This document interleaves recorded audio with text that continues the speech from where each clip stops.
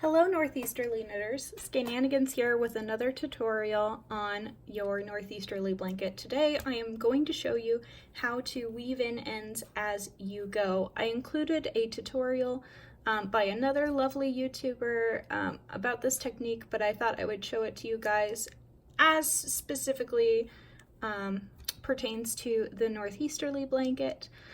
One of the things I love about this blanket is that you can use as much or as little yarn as you want. You can do nice big sections like this one. You can use self-striping. You can do very, very small stripes like of this one of mohair. It's so much fun. There are so many possibilities, and I can't wait to explore all of those with you.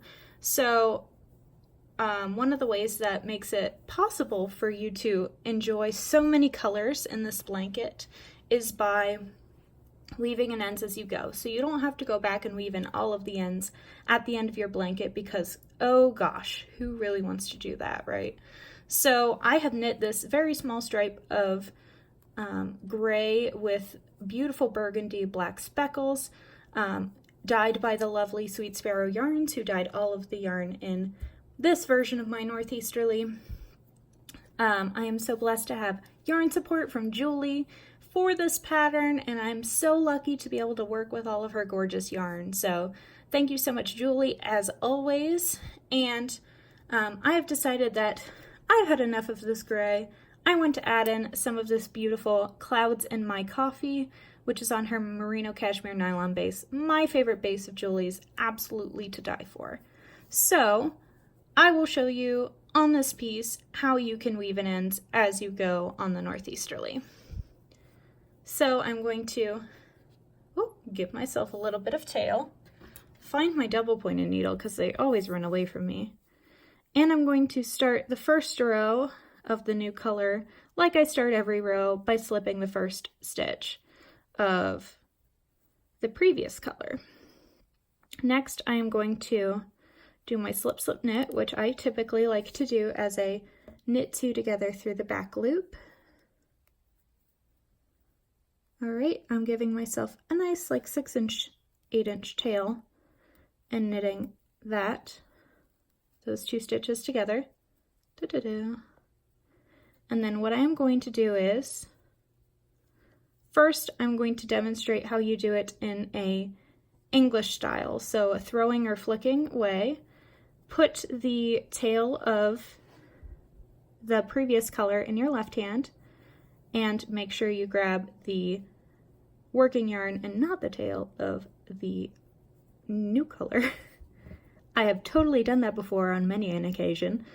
And then what you're going to do is the same thing that you would do if you were trying to catch floats in colorwork.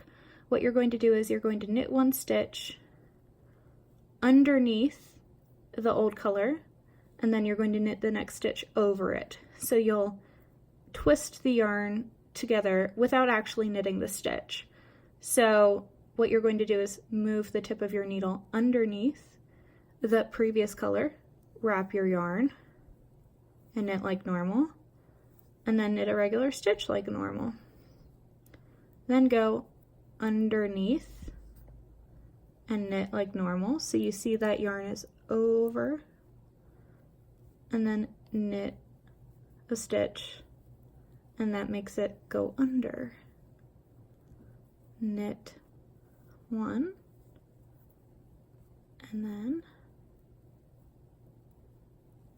under again. Oops.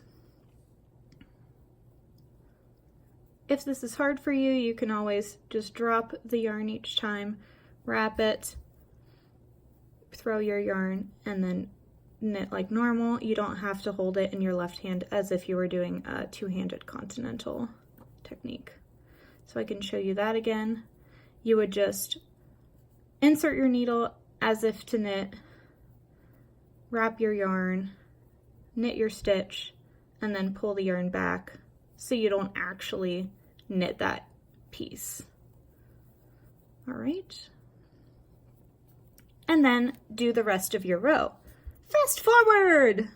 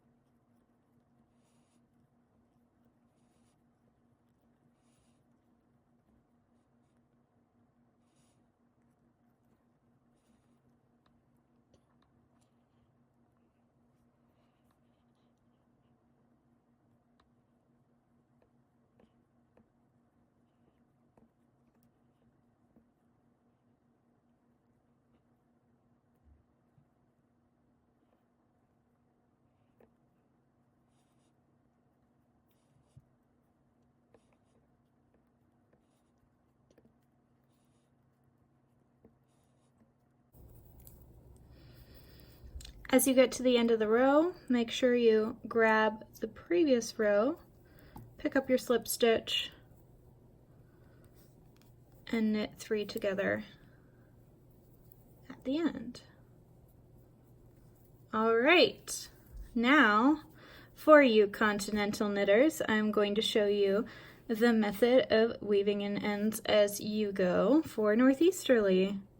As always, slip the first stitch and then do your slip slip knit or a knit 2 together through the back loop if you're lazy. It's totally easier. I'm not struggle bussing at all right now. All right, and then since we are doing Continental, and I beg forgiveness for my lack of experience in doing Continental knitting, it might be a little fumbly, but I just want to show you this technique. So you will insert your needle as if to knit, and then what you're going to do is with your right hand wrap the previous color's tail and then wrap your working yarn and then unwrap your previous color and knit. Then knit like normal if you can, and then again wrap the previous color, the working color, and then unwrap the previous color and knit, and then knit. I didn't leave myself quite enough tail, so you can see it's getting a little difficult for me to do this, but it might just be that you need to adjust your technique of throwing the color. Just do whatever works.